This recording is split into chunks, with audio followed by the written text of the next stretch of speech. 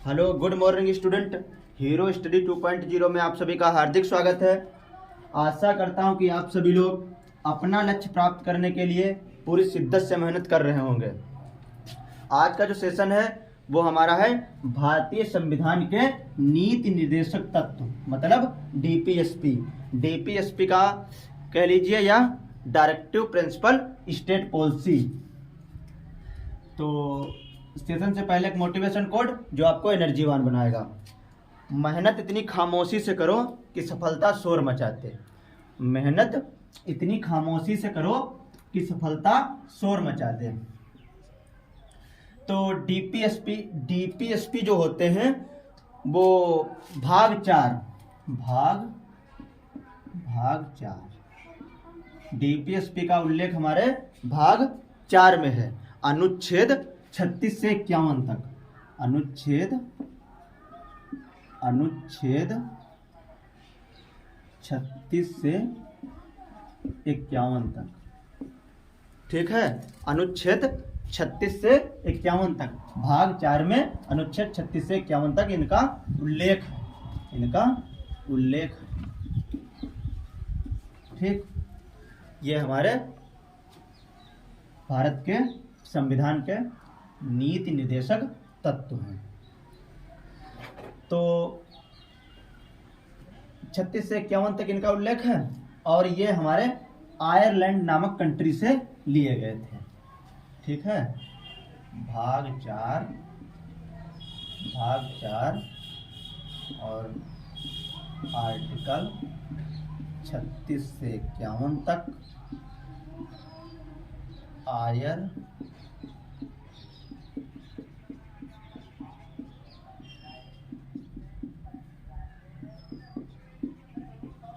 Ireland से लिए गए थे। ठीक, आप लोग अभी तक ये पढ़ते होंगे कि डीपीएसपी या राज्य के नीति निर्देशक तत्व आयरलैंड से लिए गए हैं, लेकिन आयरलैंड किस कंट्री से नीति निर्देशक तत्व लिया है? आयरलैंड भी कहीं से कॉपी किया है। तो आयरलैंड कहाँ से लिया है? आयरलैंड स्पेन से नीति निर्देशक तत्व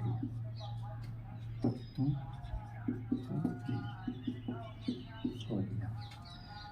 अब स्पेन से आयरलैंड ने लिया और आयरलैंड से इंडिया। आयरलैंड से हम अपने संविधान में इसे जोड़ लिए। तो नीति निर्देशक तत्व का मतलब क्या होता है कि ये भारतीय संविधान में क्यों जोड़े गए? तो नीति निर्देशक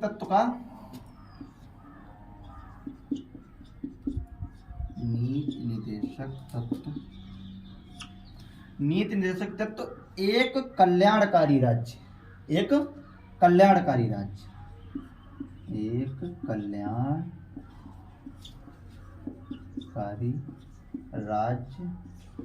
का निर्माण करते हैं। ठीक है, एक कल्याणकारी राज्य का निर्माण करते हैं, जो हमारे भारत के नीति निर्देशक तत्व हैं। इसीलिए इस संविधान में जोड़े गए। अच्छा, आयरलैंड से तो लिए गए तो कॉमन सी बात है, और पेपर में ये पूछा भी जाता है कि नीति निर्देशक तत्व कहाँ से लिए गए हैं, तो आप लोगों को सीधे आयरलैंड लगा देना है। और B.R. अम्बेडकर ने नीति निर्देशक तत्वों को क्या कहा है? B.R. अम्बेडकर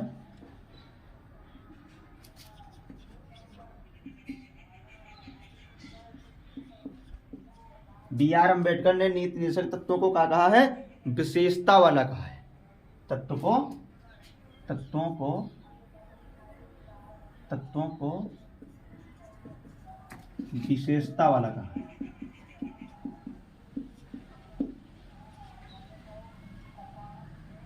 विशेषता वाला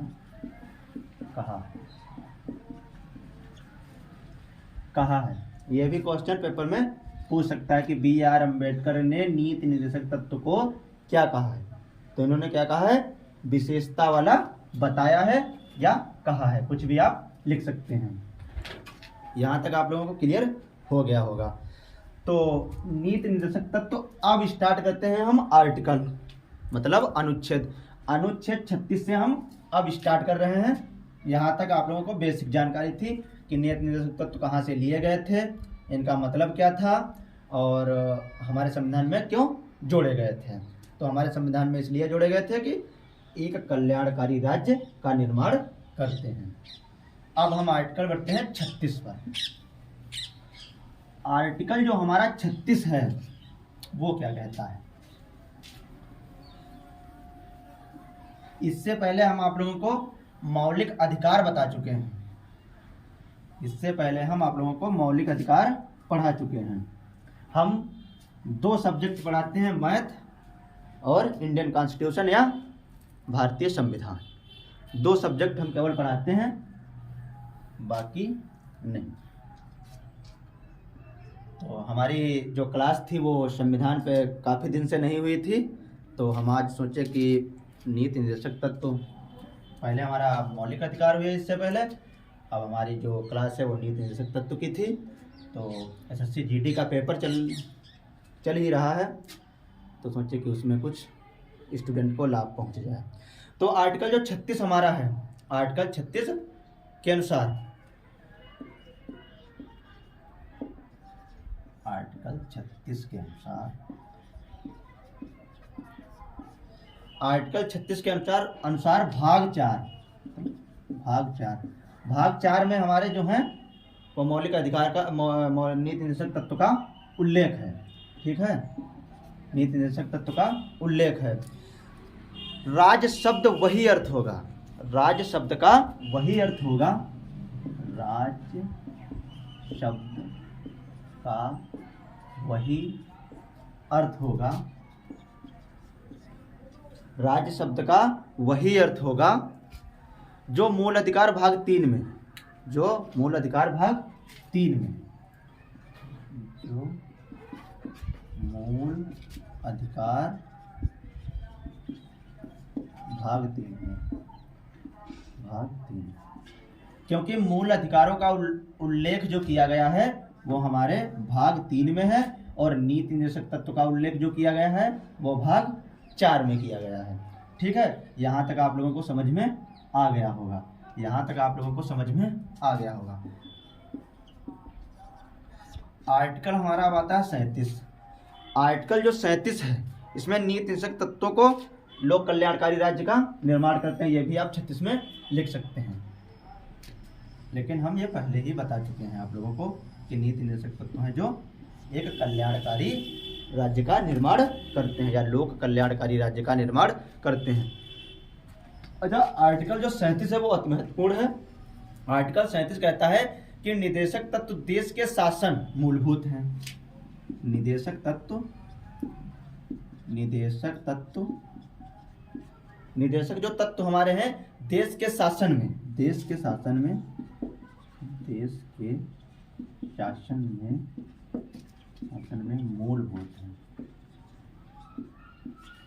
मूलभूत हैं।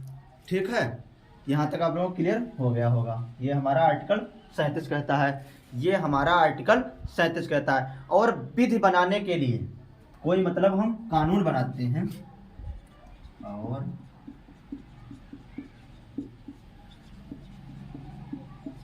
और विधि बनाने के लिए तत्वों को लागू करना राज्य का कर्तव्य होगा। विधि बनाने या कानून बनाने के लिए तत्वों को लागू करना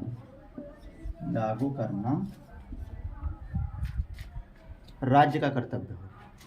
ठीक है, राज्य का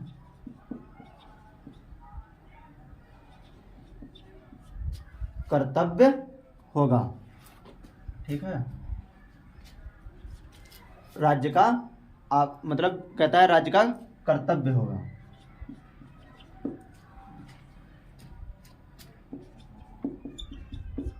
यहाँ तक आप लोगों को क्लियर हो गया होगा।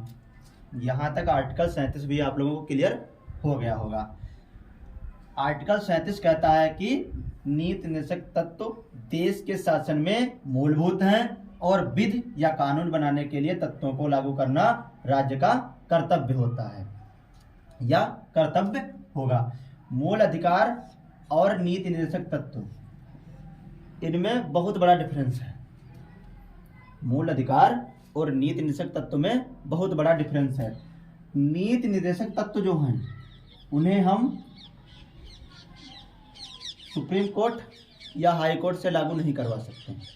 नीति निर्देशक तत्व को हम सुप्रीम कोर्ट या हाई कोर्ट से लागू नहीं करवा सकते हैं और मूल अधिकार या मौलिक अधिकार को हम सुप्रीम कोर्ट और हाई कोर्ट से लागू या हमारा हनन होने पर हम सुप्रीम कोर्ट या हाई कोर्ट जा सकते हैं, लेकिन नीति निर्देशक तत्व में हम नहीं जा सकते हैं। वो वाद्य योग्य हैं, ये वाद्य योग्य नहीं है। ठीक है, तो यहाँ तक आप लोगों को क्लियर हो गया होगा। अब बढ़ते हैं हम आर्टिकल नंबर 38। आर्टिकल नंबर जो हमारा 38 है वो लोक कल्याण की अभिवृद्धि के लिए, लोक या लोक मतलब लोक कल्याण, लोक कल्याण, लोक कल्याण की अभिवृद्धि,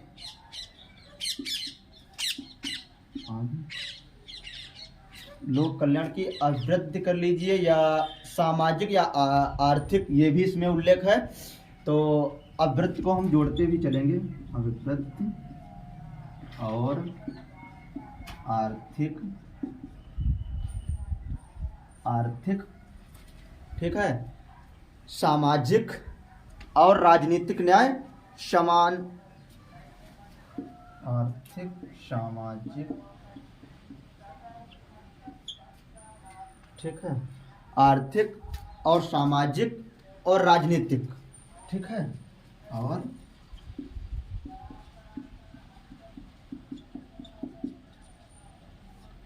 और राजनीतिक न्याय द्वारा सामाजिक व्यवस्था सुनिश्चित करना, न्याय द्वारा सामाजिक व्यवस्था और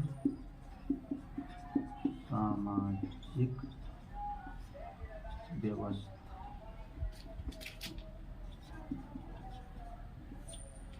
सामाजिक व्यवस्था सुनिश्चित करना।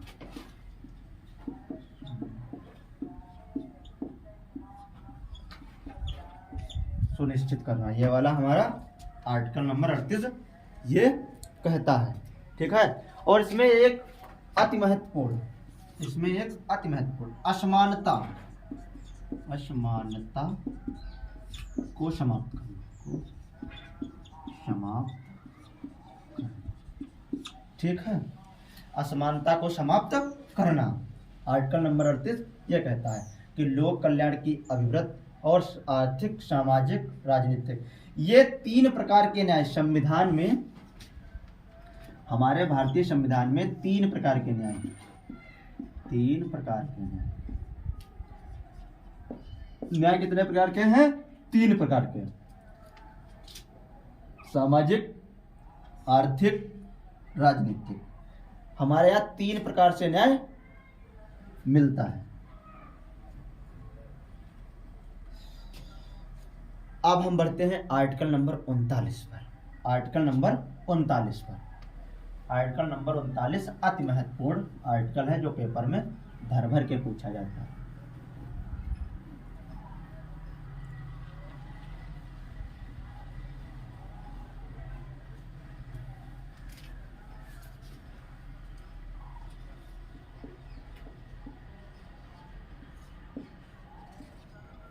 आर्टिकल नंबर 39 के काम में क्या दिया हुआ है ये आप लोग पहले समझ लीजिए। जो सभी नागरिकों को जीविका, सभी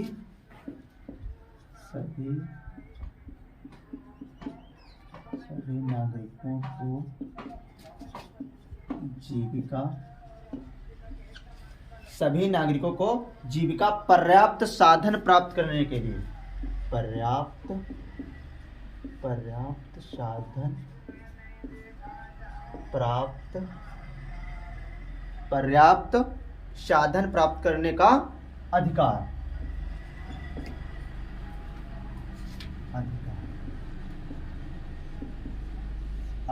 ये हमारा आर्टिकल नंबर 39 कह रहा है।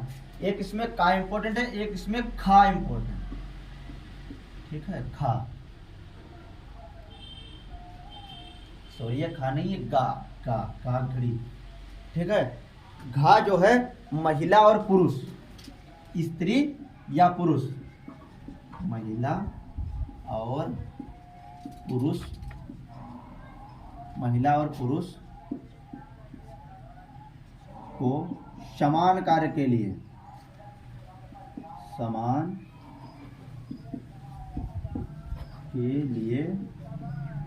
समान वेतन,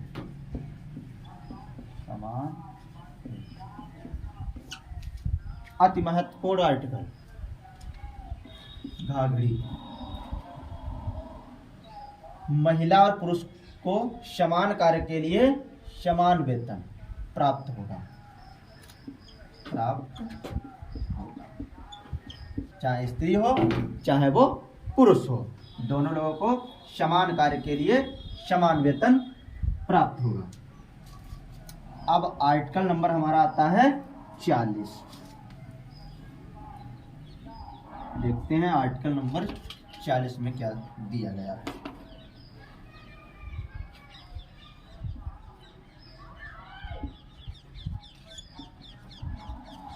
आर्टिकल नंबर 40 अति महत्वपूर्ण, पीईटी के यूपी पीईटी के एग्जाम में आर्टिकल नंबर 40 पूछा गया है। तो आर्टिकल नंबर 40 में ग्राम पंचायतों का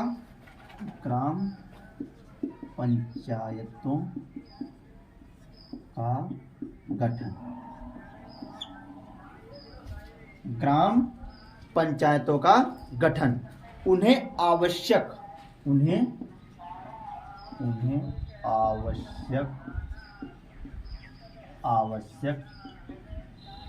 शक्तियां प्रदान करना।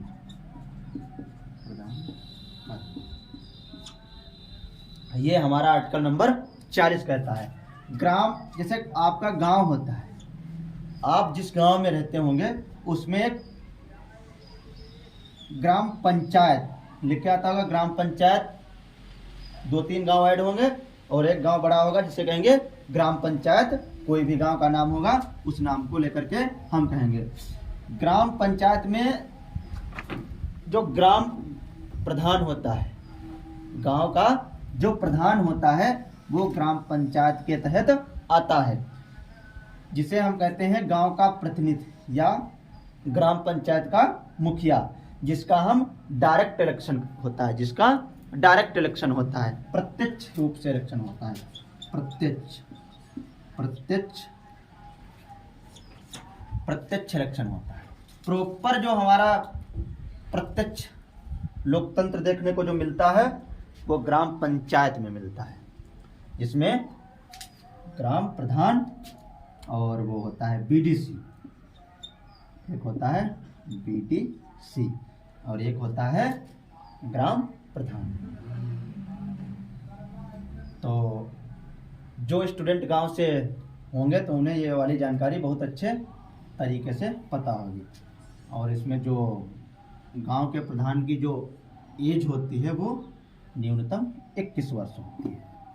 21 वर्ष के अगर आप हो तो आप ये एफसीआई में पूछा गया था question, FCI food corporation of India में, कि ग्राम प्रधान का अगर इलेक्शन हो रहा है तो उसमें न्यूनतम एज कितनी होनी चाहिए। तो 21 वर्ष के अगर आप हैं तो ग्राम पंचायत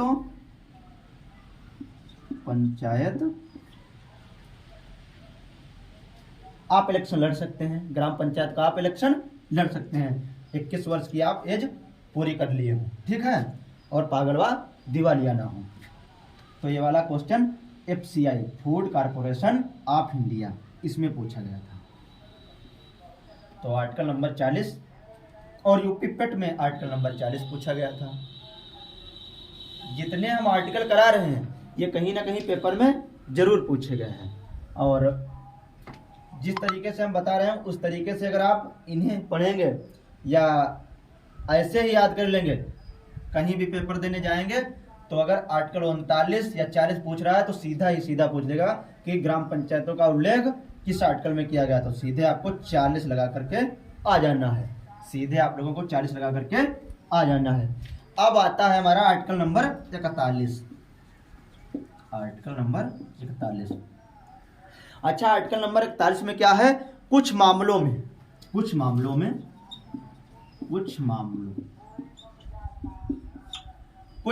में काम का अधिकार, कुछ मामलों में काम का,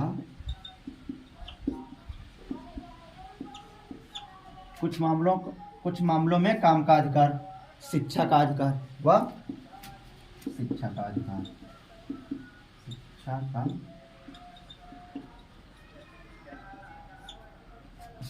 अधिकार। ठीक है, ये हमारा आर्टिकल नंबर 41। अब हम आते हैं आर्टिकल नंबर 42 पर। आर्टिकल नंबर 42 हमारा क्या कहता है? आर्टिकल नंबर जो हमारा 42 है वो न्यायोचित एवं मानवीय कार्य दशाओं तथा मातृत्व सहायता का प्रावधान। ठीक है, न्यायोचित, ठीक है, न्यायोचित एवं मानवीय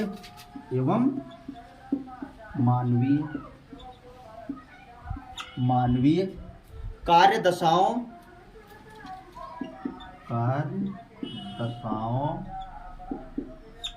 ठीक है, कार्य दशाओं तथा मातृत्व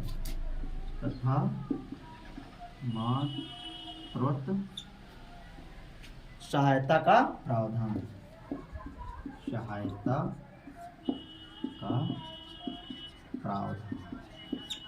ठीक है। ये हमारा आर्टिकल नंबर 42 बोल रहा है, या अनुच्छेद 42 कह रहा है।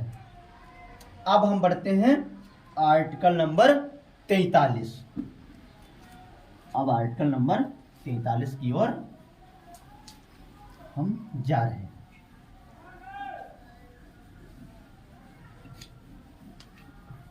आर्टिकल नंबर जो हमारा 43 है,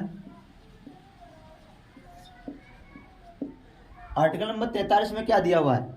उद्योग प्रबंधन एवं कर्मचारियों को सहभागिता। उद्योग के प्रबंधन में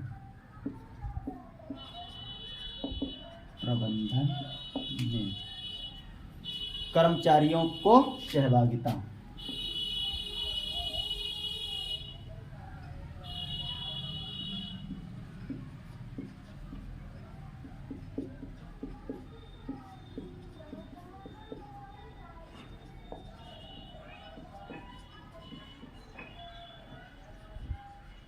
सहभागिता, ये हमारा आर्टिकल नंबर 43 बोलना है। और आर्टिकल नंबर जो हमारा 44 आ रहा है वो भी अति महत्वपूर्ण है। आर्टिकल नंबर 44 नागरिकों के लिए, कोई इंडिया का नागरिक है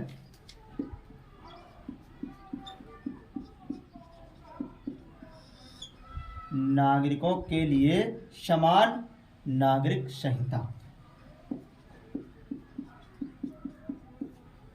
समान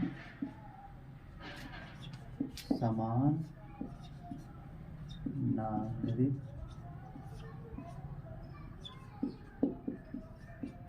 संहिता, ये हमारा आर्टिकल नंबर 44। तो जितने हम आर्टिकल करवाए हैं आप लोगों को बहुत अच्छी तरीके से समझ में आ गए होंगे। अगर हम एक आर्टिकल पर पूरा विस्तृत जानकारी आप लोगों को पहुंचाएं तो हो सकता है एक आर्टिकल में 15 मिनट लगेंगे। 15 तो मान लीजिए 10 मिनट तो पक्का लगेंगे अगर विस्तृत जानकारी अगर एक आर्टिकल को आप लोगों को हम दें। तो ज्ञान बांटना हमारा कर्तव्य नहीं, या ज्ञान बांटना हमारा उद्देश्य नहीं, क्योंकि जो पेपर में पूछा जाए बस वही पढ़ाना मेरा उद्देश्य। अब पेपर में आ रहा है ये कि आर्टिकल नंबर 44 में क्या है, समान नागरिक संहिता किस आर्टिकल में है, 44, और हम पूरा 44 लिखवा दिए हैं, तो उसमें कुछ होने वाला नहीं है। ठीक है, तो आशा करता हूं कि आप सभी लोग हम जितने आर्टिकल करवाए हैं आप लोगों को बहुत अच्छी तरीके से समझ में आ गए होंगे।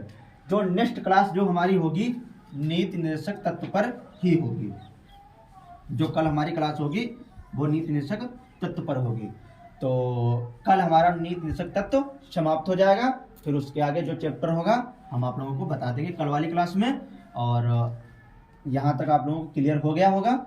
आज की क्लास को हम यहीं तक रखते हैं और मिलते हैं आप लोगों को नेक्स्ट क्लास में। जय हिंद, जय भारत।